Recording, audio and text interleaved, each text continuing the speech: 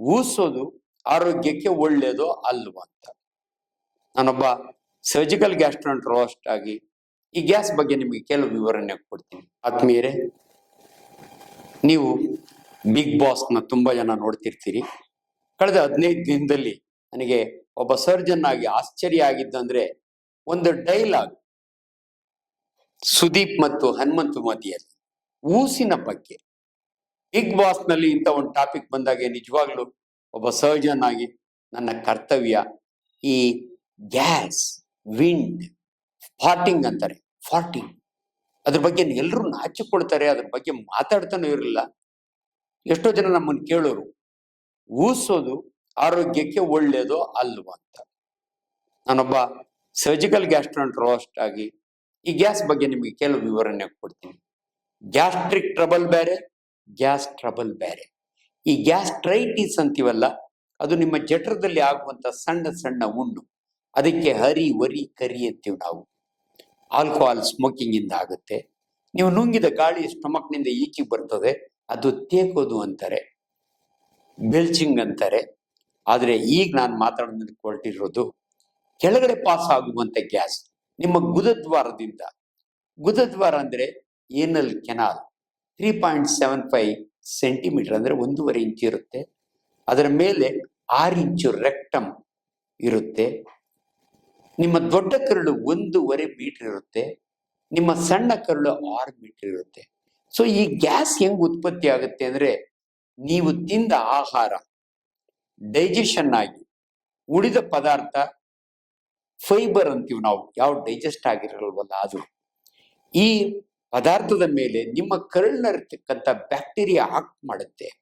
ಆಗ ಪ್ರೊಡ್ಯೂಸ್ ಆಗುವಂತ ಗ್ಯಾಸ್ನ ನಾವು ಈ ವಾಯು ಅಂತೀವಿ, ಊಸು ಅಂತಾರೆ ಕನ್ನಡದಲ್ಲಿ. ಆ ಪದ ಯೂಸ್ ಮಾಡ್ಲಿಕ್ಕೇನೆ ತುಂಬಾ ಜನ ಹೆಸಿಟೇಟ್ ಮಾಡ್ತಾರೆ.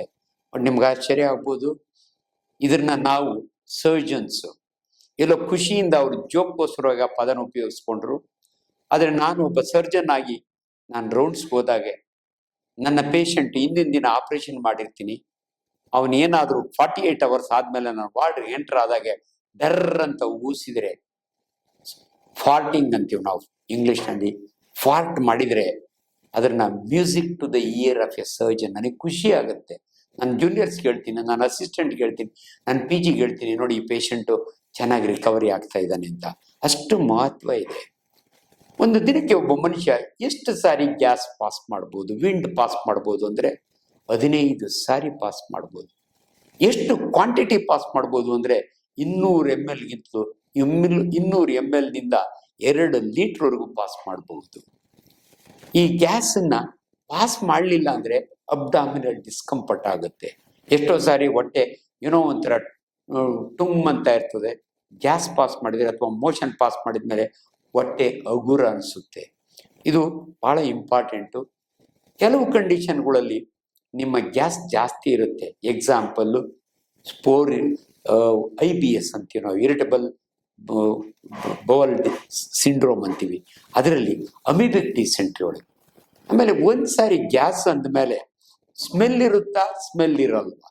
ತುಂಬಾ ಜನ ಹೇಳ್ತಾರೆ ನಮ್ಮ ಮಗ ಗ್ಯಾಸ್ ಪಾಸ್ ಮಾಡುತ್ತೆ ಡಾಕ್ಟ್ರೆ, ತುಂಬಾ ಸ್ಮೆಲ್ ಇರುತ್ತೆ, ಬ್ಯಾಡ್ ಸ್ಮೆಲ್ ಇರುತ್ತೆ ಅಂತ. ನಾನು ಅವಾಗ ತಮಾಷೆಗೆ ಹೇಳ್ತೀನಿ, god is A great scientist ಅಮ್ಮ. ಸಂಪಿಗೆಗೆ ಒಂದು ವಾಸನೆ ಇರುತ್ತೆ, ಮಲ್ಲಿಗೆಗೆ ಒಂದು, ಊಸಿಗೆ ಒಂದು ವಾಸನೆ ಇರುತ್ತೆ. ಈ ವಾಸನೆನ ಕಡಿಮೆ ಮಾಡ್ಬೋದಾ? ಇನ್ನೆರಡು ಡೌಟ್ ನಿಮ್ಗೆ. ಜೋರಾಗಿ ಊಸಿದಾಗೆ ಶಬ್ದ ಮಾಡಿಕೊಂಡು ವಾಸನೆ ಕಡಿಮೆ ಇರುತ್ತೆ, ಯಾರಿಗೂ ಗೊತ್ತಾಗದಂಗೆ ಮೆಲ್ಲ ಬಿಟ್ಟಾಗ ವಾಸನೆ. ಇದಕ್ಕೆ ಕಾರಣ large quantity of gas pass ಮಾಡಿದಾಗೆ ಅದರಲ್ಲಿ ಮೇನ್ 99% ನೈಟ್ರೋಜನ್ ಇರುತ್ತೆ, ಅದಕ್ಕೆ ಸ್ಮೆಲ್ ಇರಲ್ಲ. 0.2 to 0.4% ಇಂಡೋಲ್ ಕೆಟೋಲ್ ಅಂತ ಇರುತ್ತೆ, ಅದರಲ್ಲಿ ಗ್ಯಾಸ್ ಸ್ಮೆಲ್ ಇರುತ್ತೆ. ಸೊ ಯಾವಾಗ ಗ್ಯಾಸ್ ಜಾಸ್ತಿ ಪಾಸ್ ಆಗುತ್ತೆ ನೀವು ಕೇಳಿರ್ಬೋದು, ಅವರೆಕಾಯಿ ಸೀಸನ್ದಲ್ಲಿ ತುಂಬಾ ಗ್ಯಾಸ್ ಪಾಸ್ ಮಾಡ್ತಾರೆ, ಡರ್ರಂ ಪುರ್ರಂ ಅಂತಾರೆ. ಕೋಳಿ ಮೊಟ್ಟೆ ತಿಂದರೆ ಗ್ಯಾಸ್ ಪಾಸ್ ಆಗುತ್ತೆ, ಸ್ಮೆಲ್ ಇರುತ್ತೆ. ಅದರಿಂದ ನಿಮ್ಮ ಗ್ಯಾಸ್ ಕ್ವಾಂಟಿಟಿ ಕಡಿಮೆ ಆಗಬೇಕು ಅಂದ್ರೆ, ಸ್ಮೆಲ್ ಕಡಿಮೆ ಆಗಬೇಕು ಅಂದ್ರೆ ಚೆನ್ನಾಗಿ ನೀರು ಕುಡೀರಿ, ಸೊಪ್ಪು ತರಕಾರಿಗಳನ್ನು ತಿನ್ನಿ, ಹಣ್ಣುಗಳನ್ನು ತಿನ್ನಿ. ಇದು ಬಹಳ ಇಂಪಾರ್ಟೆಂಟು. ಅದರಿಂದ ದಯವಿಟ್ಟು ಯಾರೂ ಕೂಡ ನನ್ನನ್ನು ಪ್ರಶ್ನೆ ಕೇಳಿದ್ರೆ ಗ್ಯಾಸ್ ಪಾಸ್ ಮಾಡೋದು ಆರೋಗ್ಯಕ್ಕೆ ಒಳ್ಳೆಯದ ಡಾಕ್ಟ್ರೆ ಅಂದ್ರೆ ಡೆಫಿನೆಟ್ಲಿ ಒಳ್ಳೆಯದು. ಸಾಮಾಜಿಕವಾಗಿ ಇದು ಒಳ್ಳೇದಲ್ಲ ಅಂದ್ರೆ ನೀವು ಎಲ್ಲದರಲ್ಲೇ ನೀವು ಗ್ಯಾಸ್, ಬಟ್ ಲಕ್ಕಿರಿ ನೀವು ಗ್ಯಾಸ್ನ ಕಂಟ್ರೋಲ್ ಮಾಡ್ಕೋಬಹುದು. ಎಲ್ಲೋ ಒಂದ್ ಕಡೆ ಈ ನಿಮ್ಮ ಎಕ್ಸ್ಟರ್ನಲ್ ಏನಲ್ ಸ್ಪಿಂಕ್ಟರ್ ನಿಮ್ ಗ್ಯಾಸ್ ಬರ್ತಾ ಇದೆ ಅಂದ್ರೆ ಅದನ್ನು ತಡೆ ಹಿಡಿಬಹುದು.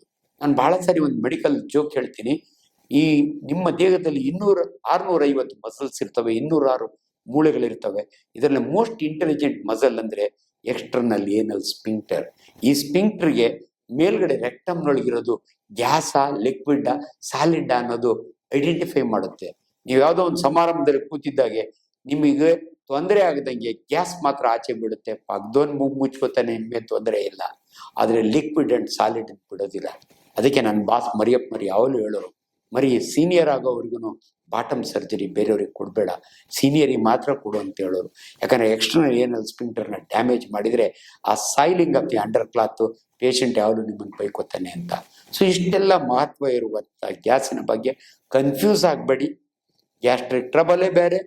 ಈ ಗ್ಯಾಸ್ಟ್ರಿಕ್ ಟ್ರಬಲ್ನಲ್ಲೂ ಗಾಳಿ ಈಚೆಗೆ ಬರುತ್ತೆ, ತೇಗ್ತಾರೆ. ಅದು ಸ್ವಾಲೌಡ್ ಏರ್. ನೀವು ಗಬ ಗಬ ಅಂತ ಊಟ ಮಾಡೋವಾಗೆ 1.25 ml ಗಾಳಿನ ಒಂದು ತುತ್ತಿನ ಜೊತೆ ನುಂಗಿರ್ತೀರಿ, ಅದನ್ನ ಈಚೆ ತೆಗಿತೀರಿ. ನಿಮ್ಮ ಕರುಳಿನಲ್ಲಿ ಈ ಬ್ಯಾಕ್ಟೀರಿಯಾ, ಈ ಪ್ರೋಟೀನ್ಸು ಮತ್ತೆ ಕಾರ್ಬೋಹೈಡ್ರೇಟು, ಫೈಬರ್ ಮೇಲೆ ಆಕ್ಷನ್ ಮಾಡಿದಾಗೆ ಅದು ಗ್ಯಾಸ್ ಉತ್ಪತ್ತಿ ಆಗುತ್ತೆ. ಈ ಗ್ಯಾಸು ಕೆಳಗಡೆಯಿಂದ ಪಾಸ್ ಆಗುತ್ತೆ. ಅದನ್ನೇ ವಾಯು ಕಡಿಯೋದು ಅಂತಾರೆ, ಊಸೋದು ಅಂತಾರೆ. ಇನ್ಫ್ಯಾಕ್ಟ್ ನಿಮ್ಗೆ ಆಶ್ಚರ್ಯ ಆಗ್ಬೋದು, ಒಂದು ಟ್ಯೂಬ್ ಇದೆ, ಫ್ಲೇಟಸ್ ಟ್ಯೂಬ್ ಅಂತೀವಿ ನಾವು. ಈ ಗಾಳಿನ ಫ್ಲೇಟಸ್ ಅಂತೀವಿ ಮೆಡಿಕಲಿ.